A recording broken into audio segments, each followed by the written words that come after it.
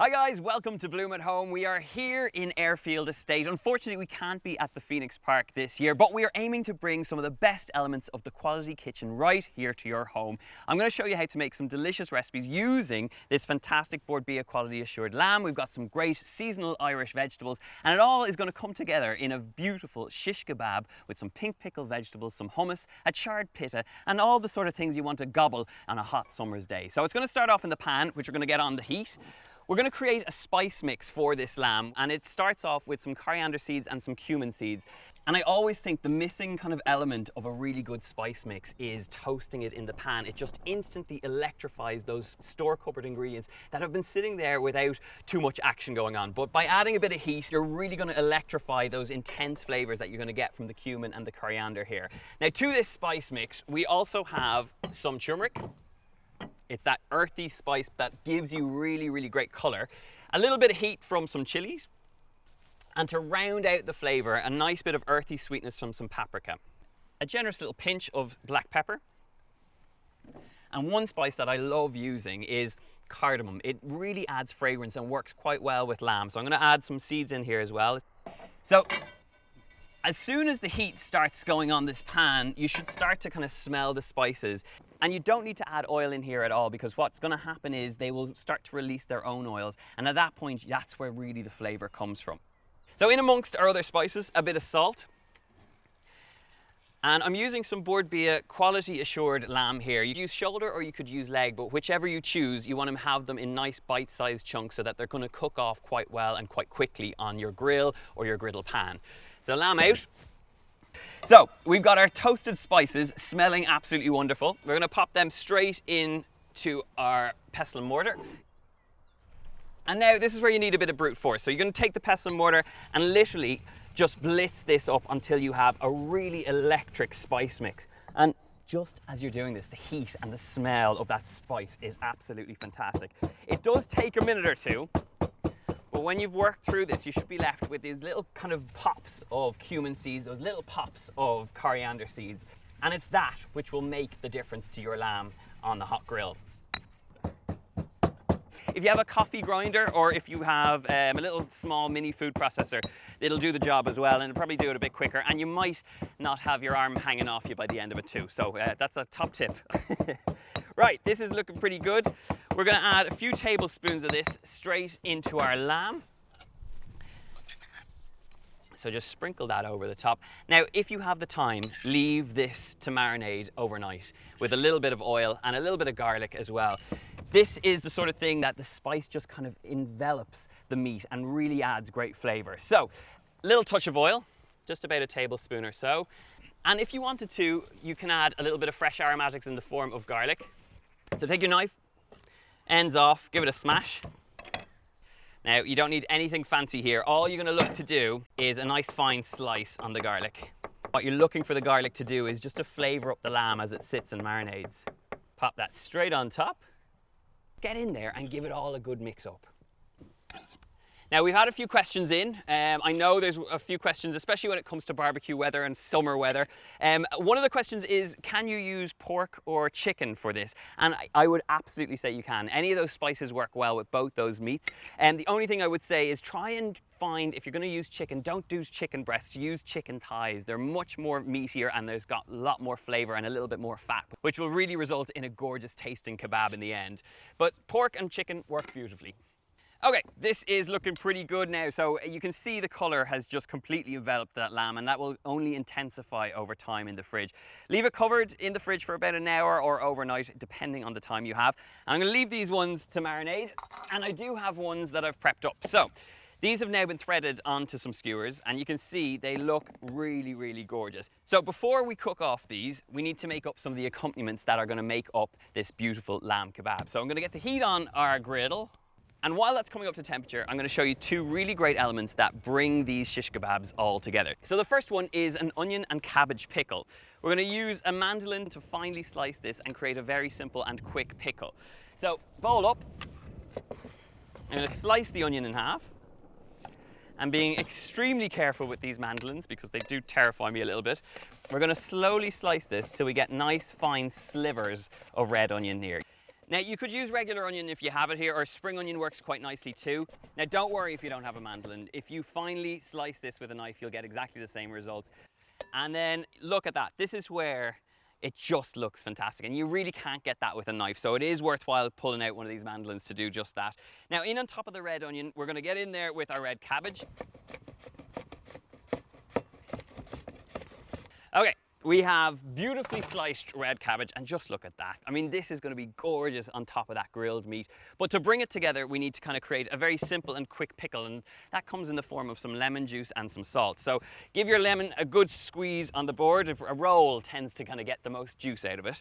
And then if you slice it in half and then squeeze it through your hands just to save any pips, you're going to get loads of juice in there, and it's the acid that works quite well to kind of break down the fibre in the onion and the cabbage. Now to that, we're going to add a generous amount of salt, and to balance out the saltiness and all that kind of acidic thing going on in there, we want a pinch of sugar too. So it's kind of the elements of what a pickle would have, but it's made very quickly. So you're going to get your hands in there and give it a good squeeze. So this is looking pretty good right now, and it'll go a long way to finishing this fantastic shish kebab. So that's ready to go. I'm going to give the hands a quick wash down here. So we have our cabbage, onion, sort of pickle slaw thing going on over there, and it's going to sit and marinate while we crack on with our little saffron yogurt. Now this is really simple. It's a sauce that you're going to want to make time and time again, and it gets all its flavour from lemon garlic, but it gets its beautiful, vibrant colour from a touch of saffron. So I have some saffron threads. Now if you can't get these, you could use like a teaspoon of turmeric just to get that colour, but saffron really is that kind of unique colour that you won't get with anything else. So pop that into a little bowl, just a little pinch of those saffron threads to about a tablespoon of warm water, and we're going to leave that to sit just to kind of bloom and to allow that flavour and the colour to kind of inject the water, which is then going to loosen out this fantastic yogurt sauce. So for that we need some garlic. I've got one clove here. Again, just take the end off it, give it a smash with the back of the knife. With a yogurt and a sauce like this, you want the garlic to be as finely chopped as possible. So just use your knife skills to just rattle through it as quickly as you can, and then just keep going back and forth over it. And something that's going to help create a little bit of a paste with this garlic is some sea salt. So just using the back of the knife, we're going to use the tip to create a very nice and very simple paste with the garlic. This is a really gorgeous paste that you can use for a whole host of things, particularly grilled meat. It goes beautifully with over your roast chicken, spread into some softened butter and tucked under a roast chicken skin. It is phenomenal. You're getting the garlic flavour, but you're not getting the texture. And the sea salt is actually helping to break it down. It's that abrasive nature of the sea salt that's creating the paste with the back of the knife. Now look at this. This is where all that flavour is at. It's taken me a minute or so on the board, but you've got a really vibrant garlic clove that can now be used in a whole host of things. Now we're going to use it to make up this garlic and lemon yogurt, so pop it straight into the bowl. Now to the garlic, we want to add a couple of tablespoons of good Irish yogurt. So all that goes in. To this I want to add a bit of salt, a little bit of black pepper, and then for an extra lemony hit, just a bit of that zest in there as well. That goes straight in. And now give it a good mix up. So the bones of this yogurt sauce are there. We've got the lemon, we've got the garlic, but the real hint of colour we're going to get is from that saffron. So just pour that in, try and keep back any of those threads, and then give that a good mix through. And this is the colour that is going to take this dish to the next level. Okay, we have this gorgeous saffron lemon garlic yogurt. I have my cabbage looking pretty good at this point, and I also have some store-bought hummus. And if you want to buy some of this, do not fear cheating in the kitchen. A little bit of garlic and a little bit of toasted cumin seeds, or even just a squeeze of lemon, will bring this back to life and elevate the flavours that are already there. So these three components are what we need to bring this kebab to life. But firstly, we want to get our kebabs on and nicely cooked. I've got a griddle pan coming up to temperature. It should be screaming hot. It should have a little bit of smoke going on it to know that this is going to cook quite nicely.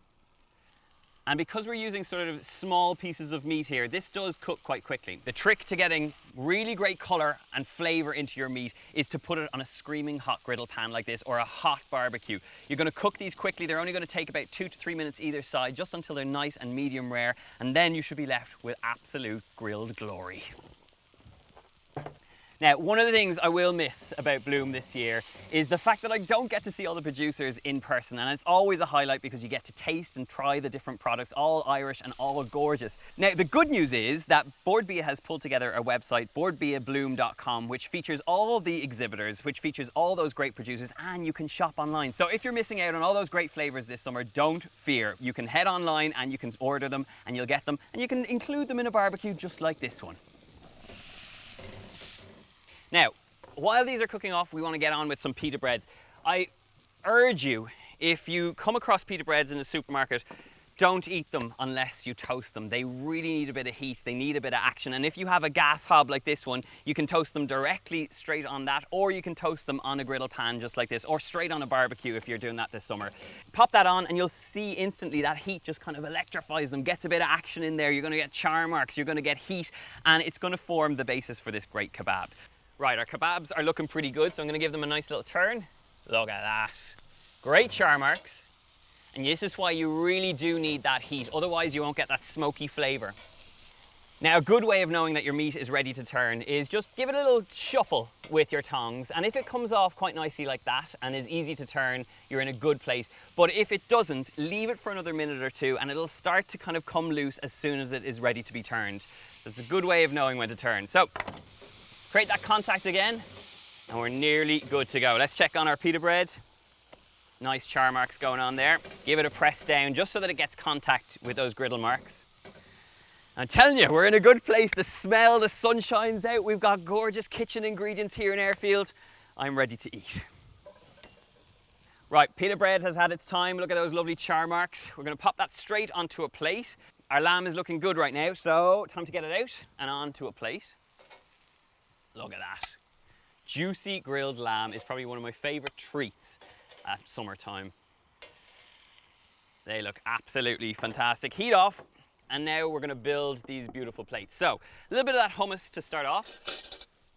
If you made your own or if you buy it from the shop, either way, this is going to get straight into your gob, so you'll be very happy. So, onto our pita bread. Give it a good spread over. We're going to take up those little kebabs. We're going to take a generous amount of that lovely pickle, the onions, the red cabbage, and all that great flavour you got from that. Don't forget about that gorgeous saffron yogurt as well. Give it a last little stir. And you just want to drizzle this over the top. Look at that. This is the sort of thing you want to eat almost straight away.